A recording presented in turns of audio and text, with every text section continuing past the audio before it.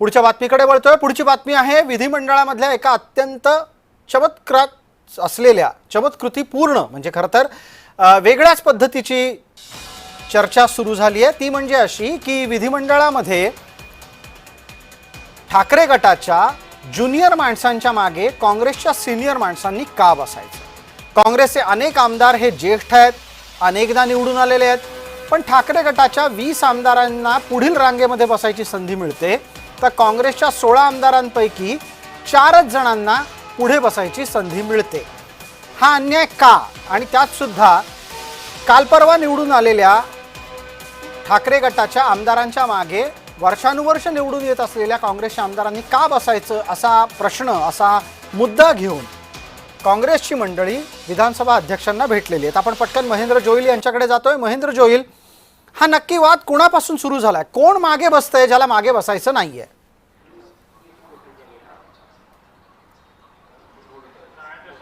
नक्कीच प्रसाद सर, आपण पाहिलं तर जे या विधानमंडळात विधानसभेमध्ये ठाकरेंचे जे 20 आमदार आहेत त्यातले 14 आमदार आहेत ते पुढच्या रांगेत बसत होते। याला सर्वप्रथम काँग्रेसने विरोध केला होता आणि त्यानंतर काँग्रेसला विधिमंडळातर्फे पुढे बसण्याची आसनाची व्यवस्था करण्यात आली होती। काही आमदार पुढे बसत होते, मात्र यालाच जे आहे ते ठाकरे गटाकडून तो विरोध करण्यात आला होता आणि आमच्यावर अन्याय का असं म्हणत त्यांनी थेट विधानसभा अध्यक्षांची जी आहे ती भेट घेतली आणि या संदर्भात आमच्यावर अन्याय का, आम्हीच का सहन करायचं अशी भूमिका आहे ती ठाकरे गटाची होती। आणि या सगळ्या संदर्भात ठाकरे गटाचे जे आमदार आहेत भास्कर जाधव यांच्यासोबत काही अन्य आमदार आहेत ते विधानसभा अध्यक्षांकडे गेले आणि त्यांनी या गोष्टी सगळ्या सांगितल्यात आणि त्यावर विधानसभा अध्यक्षांनी यावर आपण चर्चा करूया आणि जी आसन व्यवस्था त्यावरती तोडगा काढूया असं जे ते उत्तर देण्यात आलेलं आहे। प्रसाद सर, मला एक पटकन आणखी खुलासा आपल्याकडून लागेल। आपल्याला दिसत असेल, अनेकदा आपण पाहिलंही असेल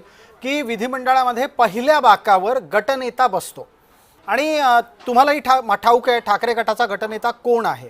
असं असताना जो व्यक्ती गटनेता नाही तो व्यक्ती का म्हणून पुढे पहिल्या रांगेत बसतो?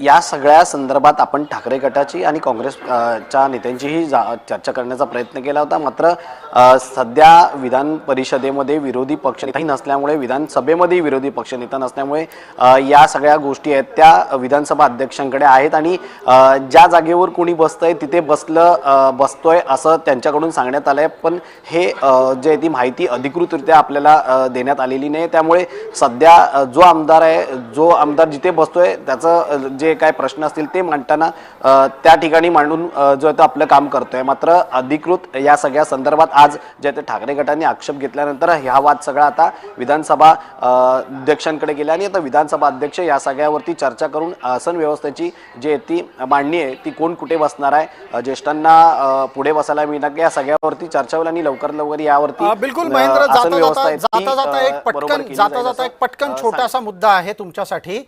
तुम्हाला असं वाटतं की नैतिकतेची चाड बाळगून जे कालपरवा निवडून आलेले ठाकरे गटांमधले काही आमदार आहेत ते स्वतःहून आपली जागा रिकामी करतील ज्येष्ठांसाठी, असं वाटतं तुम्हाला? नक्कीच सर, या सगळ्या संदर्भात विधानसभा अध्यक्ष जो निर्णय देतील किंवा जी आसन व्यवस्था ठरवतील यावरती ठाकरे गटाकडून आपण जाणून घेण्याचा प्रयत्न केला होता, तेव्हा त्यांनी जो निर्णय अध्यक्ष देतील त्यावरती आपण मान्य आणि त्या आसन व्यवस्थेवर बसू असंही सांगण्यात आलेलं आहे। ठीक आहे।